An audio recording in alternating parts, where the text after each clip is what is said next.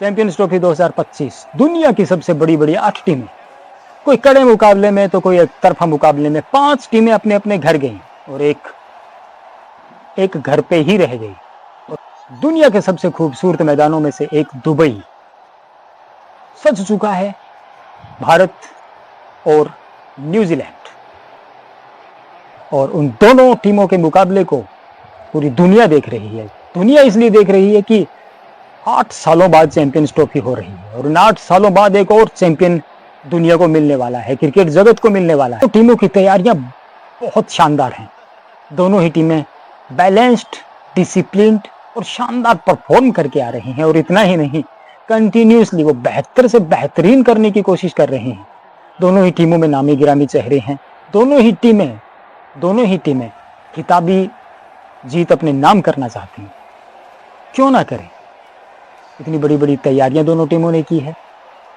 Team India अपने सारे matches जीतकर न्यूजीलैंड के सामने है और न्यूजीलैंड सिर्फ भारत से हारकर भारत के सामने है। पिछला मुकाबला हो सकता है, इस मुकाबले में आप सब लोग, हम सब, पूरी दुनिया, क्रिकेट के बड़े बड़े जानकार पिछले मुकाबले का आईना इस मैच में देखें, लेकिन ऐसा नहीं है। हर दिन नया होता है क्रिकेट में और दोनों टीमों के लिए ये दिन भी नया होने वाला है। फाइनल मुकाबला है न्यूजीलैंड और भारत। इन दो टीमों में अगर बात करें अगर तो 6 खिलाड़ियों पे निगाह रहने वाली है सबकी। 6 खिलाड़ी, वो 6 खिलाड़ी और पलट गए उस और बाजी मार ली जाएगी। खिलाड़ियों के परफॉर्मेंस पे डिपेंड करेगा कि कौन सी टीम 2025 चैंपियंस ट्रॉफी उठाकर अपने घर लेके जाएगी। बारी बारी उन 6 खिलाड़ियों की चर्चा और विश्लेषण इस वीडियो के माध्यम से हम करने जा रहे हैं। ट्रॉफी के पूरे मैचेस में अगर देखें, दुबई एडिशन के पूरे मैचेस अगर देखें, तो एक चीज समझ आती है। 280 के करीब का जो स्कोर है, विनिंग टोटल उसको कह सकते हैं। विनिंग टोटल 280 के इर्द गिर्द। चूंकि का जो प्रेशर होगा वो प्रेशर बहुत बड़ा होने वाला है। रोहित शर्मा जी लगातार टॉस हारते जा रहे हैं, लेकिन इंडियंस डोंट माइंड इट, क्योंकि मैचेस तो जीत रहे हैं ना। फिर भी कल का टॉस इंपॉर्टेंट होने वाला है, क्योंकि जो भी टीम टॉस जीतेगी वो ये चाहेगी कि बड़ा मैच है और बड़े मैच में बैट फर्स्ट, एक रूल होता है। लेकिन यहाँ थोड़ी सी चीजें अलग रहेंगी। अलग इस तरह से रहेंगी, अगर देखा जाए कि 280 के करीब का स्कोर अगर विनिंग है तो टीमें उसके हिसाब से अपनी अपनी रणनीति बनाएंगी। अब 280 पहले बैटिंग करके अगर कोई टीम बनाती है तो डेफिनेटली फाइनल है, तो स्कोरबोर्ड का दबाव तो होगा। 280 बनेंगे कैसे, या फिर अगर बन भी गए तो चेस कैसे होंगे? इसके लिए निश्चित तौर से दोनों टीमें बहुत माथापच्ची कर रही होंगी, क्योंकि 280 का फिगर उनके दिमाग में है। हमने ढूंढ निकाले हैं आपके लिए उन 6 खिलाड़ियों के नाम जो इस 280 के आंकड़े को या तो बनाएंगे या फिर बना के बिगाड़ेंगे।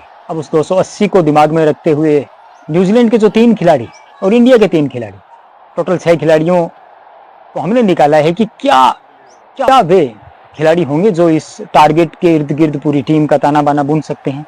सबसे पहला नाम जो आता है न्यूजीलैंड के सबसे बेहतरीन बल्लेबाज केन विलियमसन।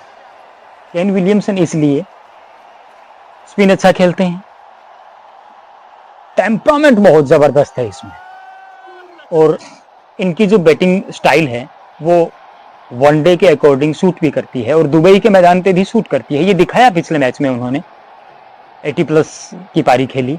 नेक्स्ट मैच में सेमीफाइनल में शतक मारा उन्होंने। तो केन विलियमसन दूसरा नाम, एक बहुत बड़ा नाम, एक युवा खिलाड़ी। आईसीसी टूर्नामेंट्स में 5 शतक उसके नाम हैं। रचिन रविंद्रा का नाम मैं इसलिए ले रहा हूं क्योंकि रचिन रविंद्र आईसीसी टूर्नामेंट्स में बेहतरीन बल्लेबाजी कर रहे हैं, बेहतरीन। इस चैंपियंस ट्रॉफी में भी 2 शतक मार चुके हैं। निश्चित तौर से सबकी निगाहें उस पर रहेंगी और इंडिया कोशिश करेगा कि उनको रोका जाए, किसी तरीके से रोका जाए। 226 रन बना चुका है वो खिलाड़ी, बेहतरीन फॉर्म में है, 2 शतक है, शानदार स्पिन और तेज दोनों के खिलाफ बेहतरीन खेलता है।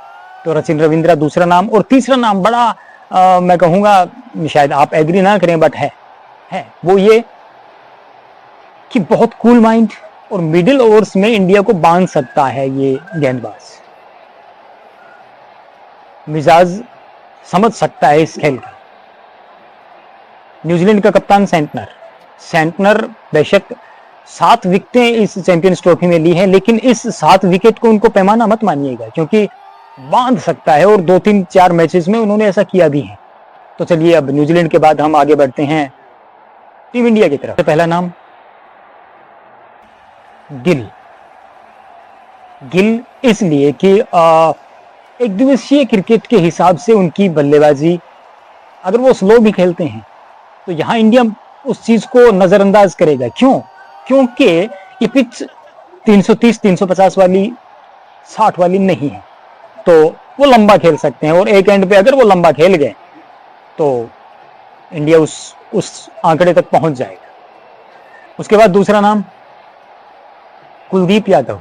न्यूजीलैंड की टीम ने पूरा ताना बाना, पूरी अपना माइंड गेम स्पिनर्स को कैसे खेला जाए इस पे लगाया हुआ है, लेकिन कुलदीप यादव में वो ताकत है कि वो ऐसी पिचेस पे जहां घुमाव कम भी हो, पिछले ऑस्ट्रेलिया वाले मैच में थोड़ा घुमाव कम था लेकिन कुलते हैं, और इस मैच में डेफिनेटली अगर कुलदीप मिडिल फेज में आके सपोज कीजिए केन विलियमसन, सपोज कीजिए टॉम लैथम, और जरा सोचिए ये 2-3 विकेट्स निकाल दें तो पिछले न्यूजीलैंड वाले मैच की तरह न्यूजीलैंड 280-90 तक नहीं पहुंच पाएगा।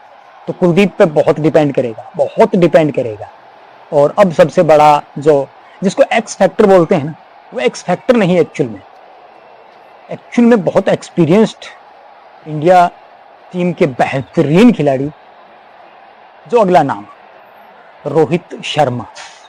फॉर्म नहीं है, रन नहीं आ रहे, कोई प्रॉब्लम नहीं है इंडिया को, क्योंकि रोहित शर्मा अगर एक एंड से टिक गए, और ज्यादा नहीं कहूंगा मैं, शुरुआत के 10 ओवर में वही जिस अंदाज में वो खेलते आ रहे हैं, उन्होंने अगर 40-50-60 भी कर दिए 10 ओवर में, तो यकीन मानिएगा 280-90 इंडिया इजीली, क्योंकि उसके बाद अगर 1-2 बल्लेबाज सस्ते में निपट भी गए तो कोई इश्यू नहीं, क्योंकि वो रन आ चुके होंगे। थोड़ा बल्लेबाज अपना टाइम भी ले सकते हैं। तो इन 6 खिलाड़ियों पे निगाह रखिएगा,